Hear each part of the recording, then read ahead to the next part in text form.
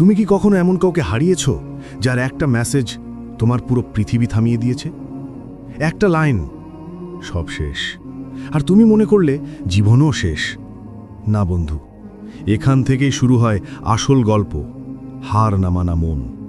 একটা মেসেজ, একটা ব্যথা, আর হাজারো অশ্রু। কিন্তু একদিন সে আয়নায় তাকিয়ে বলেছিল, যে চলে যেতে জানে সে ফিরে আসতে জানে না। সেদিন থেকে কষ্ট হারাতে শুরু করলো, আর জিততে শুরু করলো নিজেকে। রাত জাগতো আগের মতোই, তবে এবার কান্নার জন্য নয়, নিজের ভবিষ্যতের জন্য। বন্ধুরা হাসত, বলতো প্রেমে হারলে জীবন শেষ। রাফি উত্তর দিত, না ভাই, হার মানলে তবেই শেষ, ভালোবাসা হারালে না।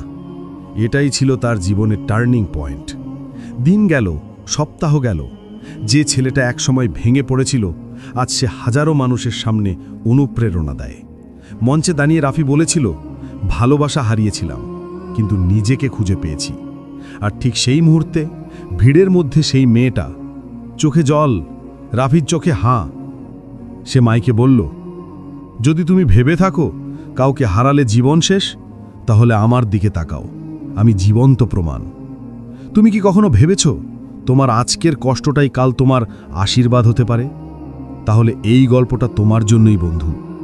ভালোবাসা হারিয়ে ফেললে জীবনও কি শেষ হয়ে যায়? এই প্রশ্নটাই ঘুরপাক খাচ্ছিল রাফির মনে। রাতটা ছিল নীরব, হাওয়ায় একটু ঠান্ডা, জানালার পাশে চাঁদের আলো যেন কষ্টের সাক্ষী। রাফি তাকিয়েছিল মোবাইলের স্ক্রিনে। একটা মেসেজ, মাত্র একটা লাইন, আমাদের মধ্যে আর কিছুই আগের মতো নেই রাফি। এই লাইনটা যেন বুকের ভেতরে আগুন জ্বালিয়ে দিল। সে হাসল, কিন্তু সেই হাসির নিচে কষ্টের পাহাড় লুকানো। তুমি কি কখনো এমন একটা মেসেজ পড়েছ যেটা তোমার ভিতরটা উল্টে দিয়েছে?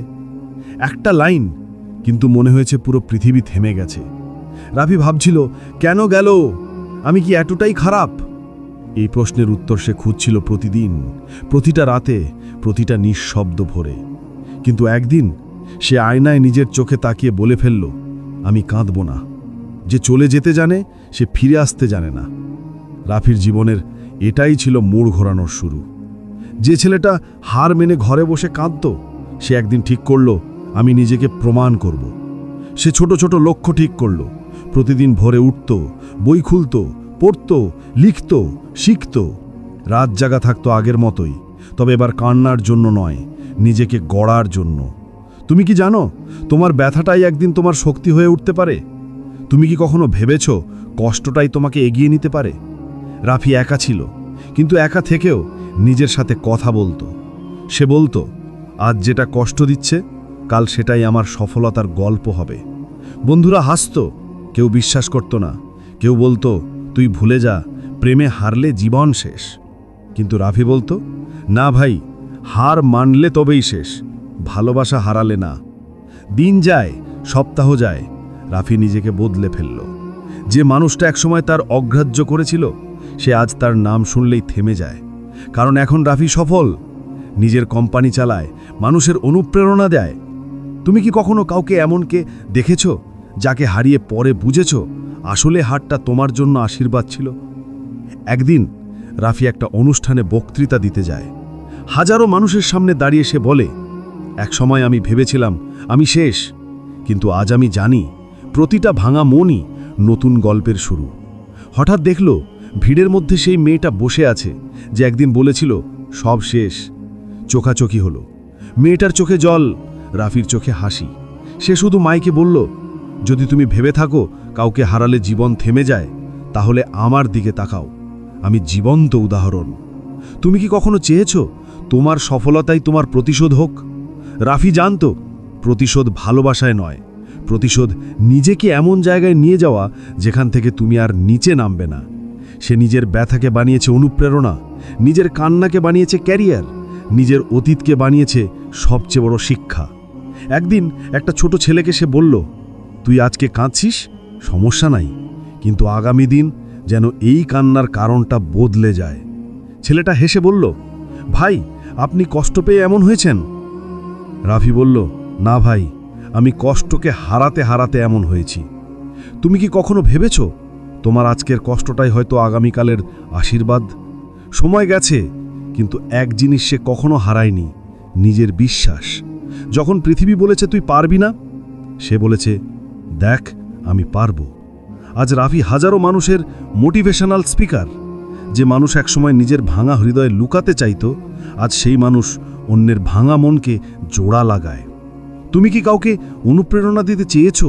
কারণ তুমিই জানো কষ্ট কাকে বলে। রাফি বলে, জীবন কখনো তোমার ইচ্ছে মতো চলে না। কখনো তুমি হারবে, কখনো কাঁদবে, কিন্তু যেদিন তুমি হার না মানতে শিখবে, সেদিন পৃথিবী তোমার পায়ের নিচে আসবে। সে আরও বলে, যে মানুষ কষ্ট পায় সে অনুভব করতে শেখে, আর যে অনুভব করতে শেখে সে সৃষ্টি করতে পারে। তুমি কি এখনো অতীতকে আঁকড়ে ধরে বসে আছো, নাকি নতুন একটা গল্প লিখতে প্রস্তুত? রাফির গল্প শেষ নয়, কারণ সে জানে জীবন একটা চলমান লড়াই।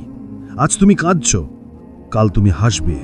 তোমার ভিতরে আগুন আছে, শুধু সেই আগুনটা জ্বালিয়ে রাখো।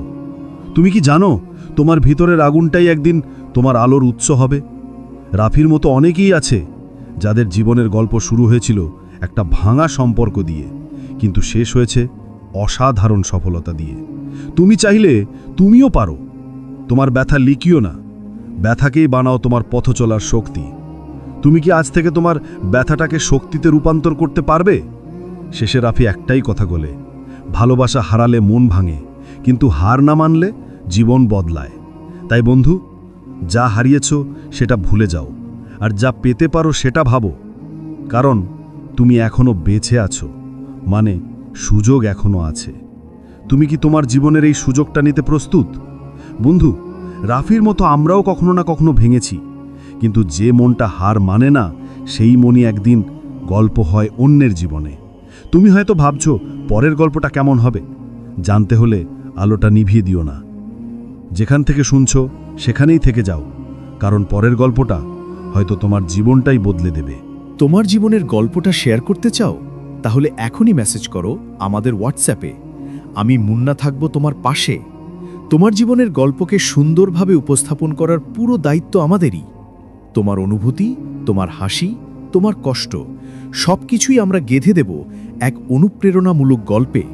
আমাদের এই চ্যানেল জাগ্রত মন, এখানে প্রতিটি গল্পই নতুন করে জাগিয়ে তোলে জীবনের আশা। তাহলে দেরি কেন? তোমার জীবনযাত্রার গল্পটি এখনই শেয়ার করো আমাদের সাথে, আর তোমার গল্পকে ছুঁয়ে যাক লাখো হৃদয়।